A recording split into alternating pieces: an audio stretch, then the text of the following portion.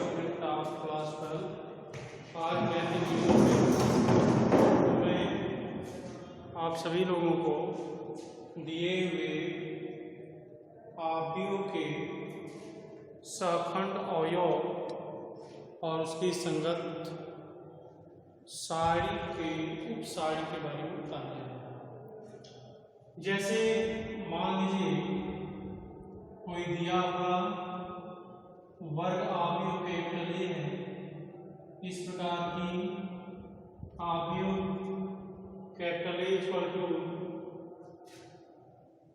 1 3 4 5 0 1 -2 6 9 और आपसे क्वेश्चन किया जाए किसके संगत साड़ी के समस्त उपसारिक एवं प्रत्येक अवयव के संगत सहखंड अवयव की गणना कीजिए। कैसे किया जाए? सर्वप्रथम हम देखेंगे कि दिया हुआ आव्यूह वर्ग आव्यूह है कि नहीं। वर्ग आव्यूह की पहचान आपको बताया गया था, जिसमें पंक्ति संख्या व स्तंभ संख्या दोनों बराबर होती हैं, उन्हें हम वर्ग आव्यूह कहते हैं, और जिनमें बराबर नहीं होती हैं उन्हें वर्ग आव्यूह नहीं कहते।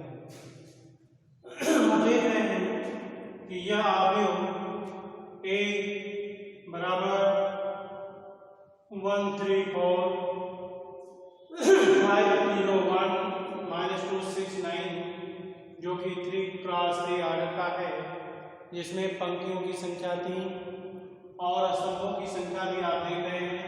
1 2 3 स्तंभ में 3 पंक्ति हो गया और 3 स्तंभ मीन्स नंबर आपको equal to number of column, जिससे यह डिक्लेयर होता है कि यह दिया हुआ मैट्रिक्स स्क्वायर मैट्रिक्स है।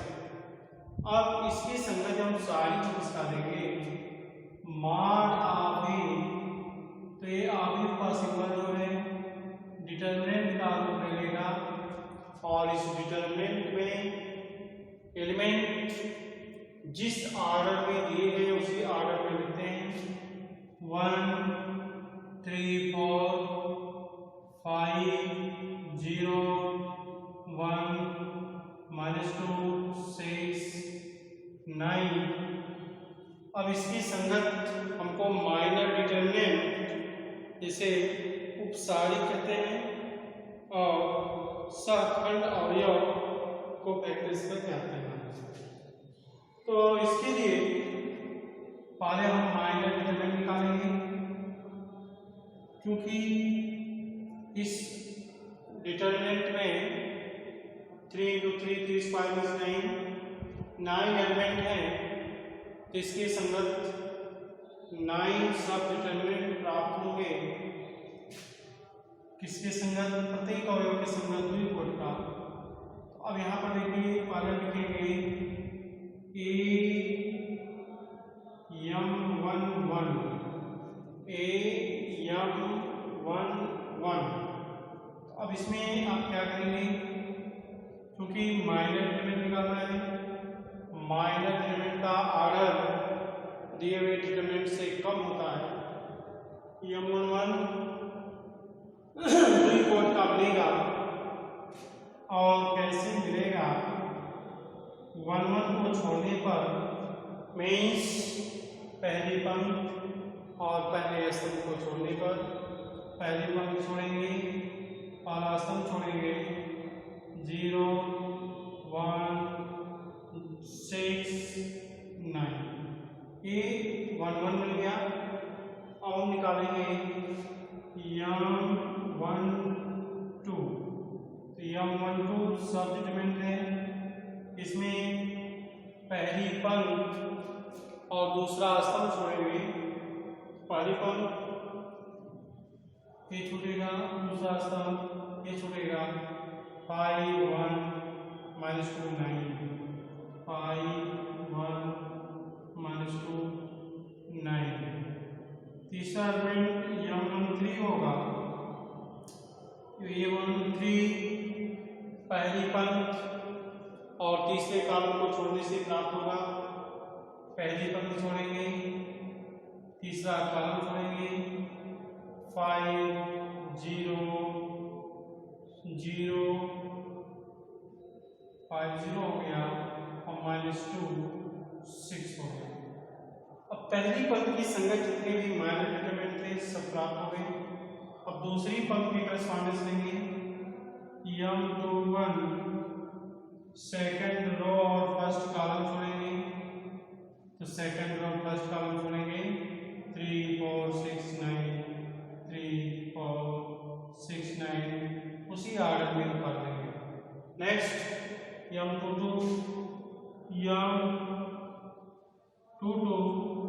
That is second row second column छोड़ेंगे, तो सेकंड रो सेकंड कॉलम आप लोग but is second row second column छोड़ेंगे, तो 1 4 -2 9 1 4 -2 9 M23 second row third column छोड़ेंगे, सेकंड रो थर्ड कॉलम 1 3 -2 -6 1 3 -2 और 6 सेकंड रो और थर्ड कॉलम छोड़ने पर हमको ये प्राप्त होगा।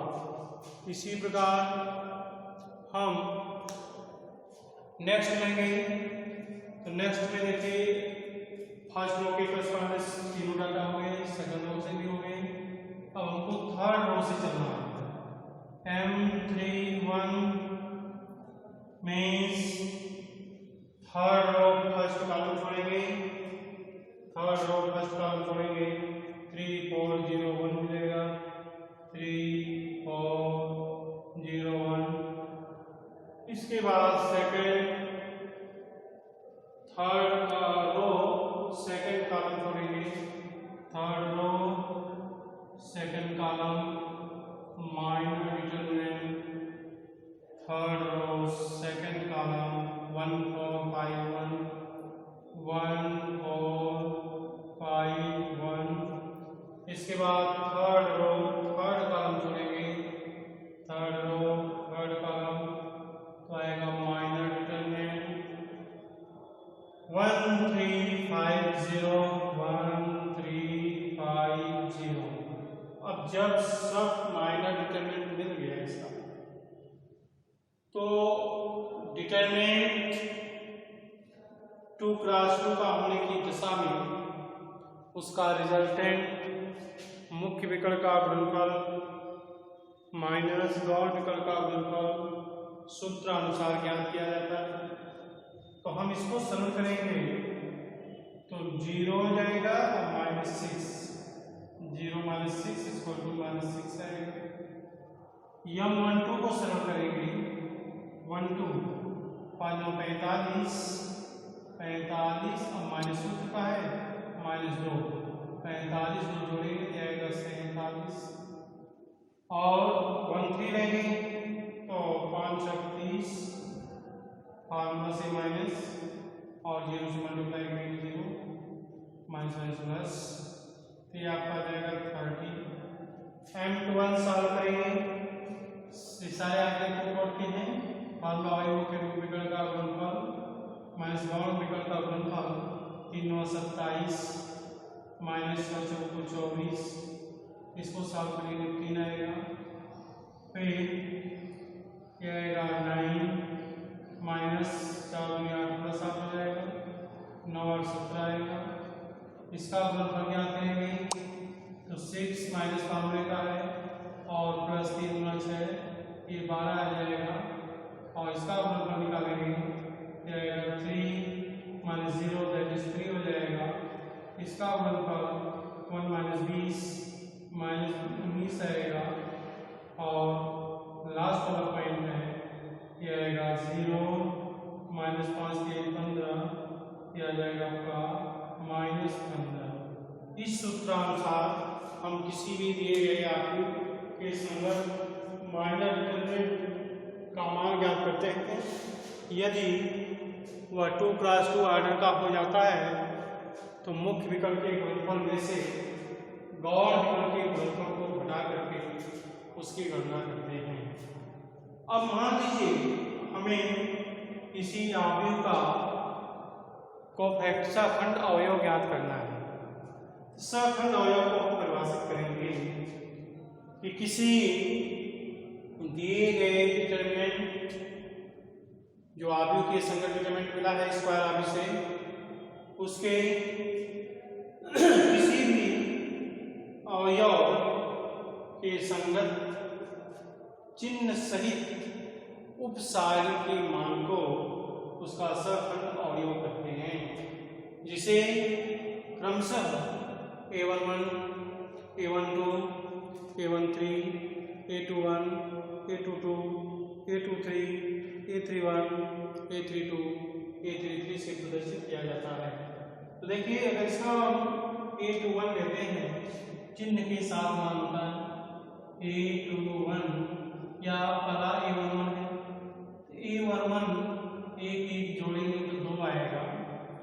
अगर नंबर ऑफ रो और नंबर ऑफ कॉलम का समेशन इवन नंबर होता है तो उसके संगत पॉजिटिव आता है, और नंबर होता है तो उसके करस्पॉन्डेंस नेगेटिव आता है। 1 ऐड करेंगे तो इवन नंबर है, पॉजिटिव आएगा, यहाँ पर लिखेंगे प्लस, और 1 के संगत लेंगे तो 1 के संगत माइनर डिटरमिनेंट लेंगे m11 ऑलरेडी नेगेटिव था, यहाँ से पॉजिटिव मिलेगा, परिणामतः एक नेगेटिव आ जाएगा 6।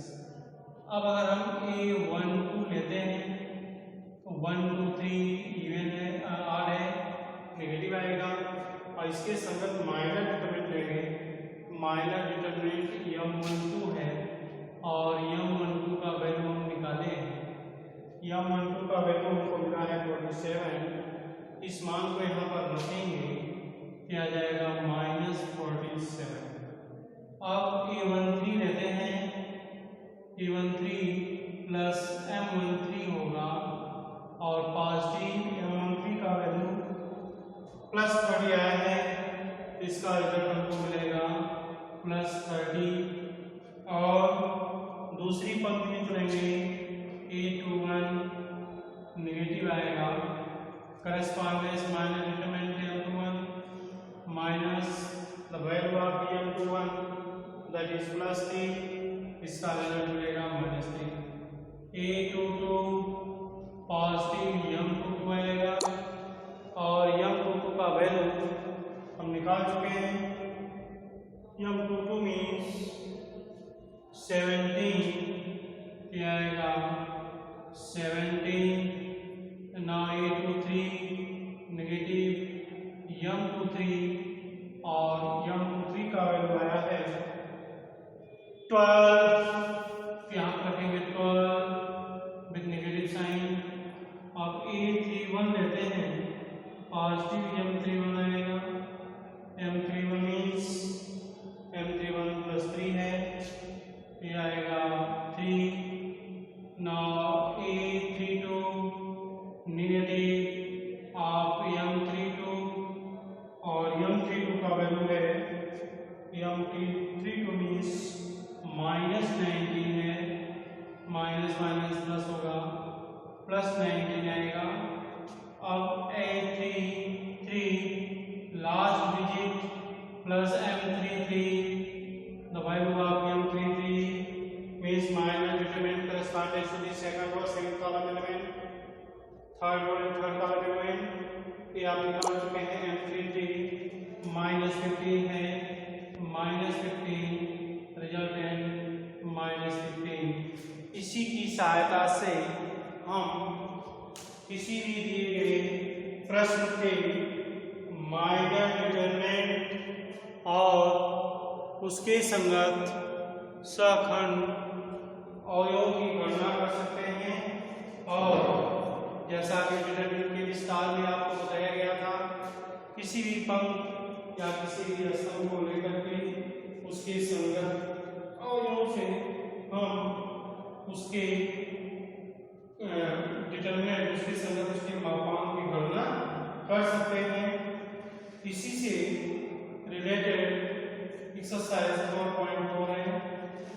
जिसमें दिया है डिटरमिनेंट 2 क्रॉस 2 आर का डिटरमिनेंट इक्वल टू 2 - 4 0 3 और हमें इसका माइनर डिटरमिनेंट और सखंड अवयव की गणना करनी है। फॉर्मूला ये है एक्सरसाइज 4.4 से रिलेटेड। इसी के अकॉर्डिंग हम इसमें दिए हुए क्वेश्चन के संगत किसी भी अवयव के करस्पॉन्डेंस माइनर डिटरमिनेंट एवं सखंड अवयव की गणना कर सकते हैं। जैसे क्वेश्चन नंबर फर्स्ट का फर्स्ट दिया है 2 - 4 0 3 2 - 4 0 3 डिटरमिनेंट 2 - 4 0 3 और हमें इसके जितने भी माइनर डिटरमिनेंट या जितने भी इसके सखंड अवयव होंगे उसकी गणना करनी है। तो इसके लिए हम सर्वप्रथम ये ज्ञात करेंगे कि यह किस कोटि का है। 2 क्रॉस 2 आर्डर का है तो जो इसका माइनर डिटरमिनेंट मिलेगा इससे छोटा 1 + 1 आर्डर का मिलेगा। तो देखिए पहला element M1 1 first row first column छोड़ेंगे तो 3 आएगा। M1 2 लेंगे फर्स्ट रो सेकंड कॉलम छोड़ेंगे तो 0 आएगा। M2 1 लेंगे तो सेकंड रो फर्स्ट कॉलम छोड़ेंगे -4 आएगा। सेकंड रो फर्स्ट कॉलम छोड़ेंगे तो -4 आएगा। M2 2 लेंगे सेकंड रो सेकंड कॉलम छोड़ेंगे तो सेकंड रो और सेकंड कॉलम छोड़ेंगे 2 आएगा। तो ये चारों आंकड़े इस आवेश के संगत माइनर डिटरमिनेंट को प्रदर्शित करते हैं। अब हम इसका सखंड अवयव ज्ञात करेंगे। पहला होता है A11 A के 2 सम है प्लस आएगा M11 आएगा और M11 का वैल्यू कितना है 3 ये आ जाएगा +3। इसके बाद A12 निकालेंगे। A12 first row second column छोड़ेंगे तो फर्स्ट रो सेकंड कॉलम अब 1 2 3 नेगेटिव आएगा M12 आएगा -0 आएगा। 0 साइन लेस होता है इसलिए चिन्ह छोड़ देंगे 0 लिखेंगे। अब A21 लेंगे 21 आएगा -M21 M21 का वैल्यू -4 है रिजल्टेंट 4 आएगा। A22 पॉजिटिव M22 +2 आएगा। तो इसके लिए देखिए कहाँ पर पॉजिटिव कहाँ पर नेगेटिव प्राप्त होगा। इसके लिए फॉर्मूला होता है -1/c r means indicator of row numbers and c means number of columns in the given determinant या correspondence matrices। Therefore -1 का power r + c correspondence MRC is equal to ARC। ये हमें सखंड अवयव ज्ञात करने का फॉर्मूला मिला। ARC = -1/r + c और MRC। जैसे अगर हम A11 लेते हैं तो -1 का पावर 1 + 1 आएगा और M का पावर सफिक्स 1 1 आएगा। इसको सॉल्व करेंगे तो -1/2 M11 आएगा और ये आ गया पॉजिटिव M11। इसी फॉर्मूले के अकॉर्डिंग हम किसी भी कोटि का आवेश दिया हो उसके संगत सखंड अवयव एवं उसके माइनर डिटरमिनेंट की गणना कर सकते हैं। दोनों में डिफरेंस आपको क्या मिला? डिफरेंस यही है जो माइनर डिटरमिनेंट होता है वो चिन्ह से मान नहीं किया जाता है और इसमें जो सखंड अवयव होता है माइनर डिटरमिनेंट का -1 पर r प्लस c सूत्रानुसार चिन्ह सहित मान होता है। इसी बेसिस पर एक्सरसाइज 4.2 में जितने भी क्वेश्चन दिए गए हैं सब इसी पर आश्रित हैं। और 4.5 जिसमें इन्हीं सखंड अवयवों से हमें एक आव्यूह बनाना है जिसे सखंडज आव्यूह कहते हैं। और सखंडज आव्यूह होता क्या है? जो दिए गए आव्यूहों के सखंड से निर्मित आव्यूह का परिवर्त आव्यूह जो होता है उसे हम दिए गए आव्यूह का सखंडज आव्यूह कहते हैं। जैसे मान लीजिए मैट्रिसेस पर दिया है 1 2 5 6 और आपको बताना है सखंडज आव्यूह। आव्यूह का सखंडज आव्यूह जिसे हम सिंबॉलिक रूप में एडजॉइंट ऑफ ए से प्रदर्शित करते हैं। एडजॉइंट ऑफ ए क्वेश्चन मान, तो पहले हम क्या करेंगे, इसके सखंड अवयव की गणना करेंगे। सखंड अवयव में पहला आपको मिलेगा a11 प्लस m11 प्लस होगा 1 1 छूटेगा 1 1 तो 6 आएगा। a12 लेंगे नेगेटिव होगा 1 2 छूटेगा 5 आएगा। a22 लेंगे पॉजिटिव होगा 2 2 छूटेगा 1 आएगा। a21 लेंगे a21 तो 2 छूटेगा 1 छूटेगा माइनस आएगा। 21 ले रहे हैं 21 3 minus second row first column छूटेगा तो आएगा 2। तो इस तरह से चारों एलिमेंट इसमें प्राप्त हो गए। 1 1 छोड़ने पर 6 मिला, 1 2 छोड़ने पर 5 नेगेटिव साइन, 2 1 छोड़ने पर -2 एंड 2 2 छोड़ने पर 1। अब इन चारों अवयवों से निर्मित एक आव्यूह बनाएंगे। लिखेंगे सह खंडों से निर्मित, सखंडों से निर्मित आव्यूह। कोई प्रतीक किसका मान लेंगे, ए के अलावा मान लो बी है तो बी बराबर क्या करेंगे, जिस प्लेस पर जो एलिमेंट मिला है, जिस रो या कॉलम से रिलेटेड है उसे उसके स्थान पर रख देंगे। 1 1 6 1 2 -5 2 1 2 1 -2 2 2 +1। अब हमको लेना है adjoint of A that is transpose of B। तो adjoint of A is equal to transpose of B। तो जब B का ट्रांसपोज लेंगे, पंक्ति को अष्टम बनाएंगे तो 6 -5 -2 +1 ये इसका सखंडज आव्यूह हो गया। और इसी सखंडज आव्यूह में अगर उसके संगत सारणी के मापांक से भाग दे देते हैं तो प्राप्त आव्यूह का व्युत्क्रम आव्यूह ज्ञात हो जाता है। तो एक्सरसाइज 4.4 और 4.5 ये दोनों इसी आर्टिकल पर आश्रित हैं कि हम उसका सखंड अवयव निकालेंगे माइनर डिटरमिनेंट से और उसे आव्यूह के रूप में व्यवस्थित करेंगे। आव्यूह के रूप में व्यवस्थित करने पर जो प्राप्त होगा आव्यूह, वह आव्यूह का परिवर्त आव्यूह के रूप किया जाएगा और जो परिवर्त आव्यूह होता है वह दिए गए आव्यूह का सखंडज आव्यूह कहलाता है। Rest in next day.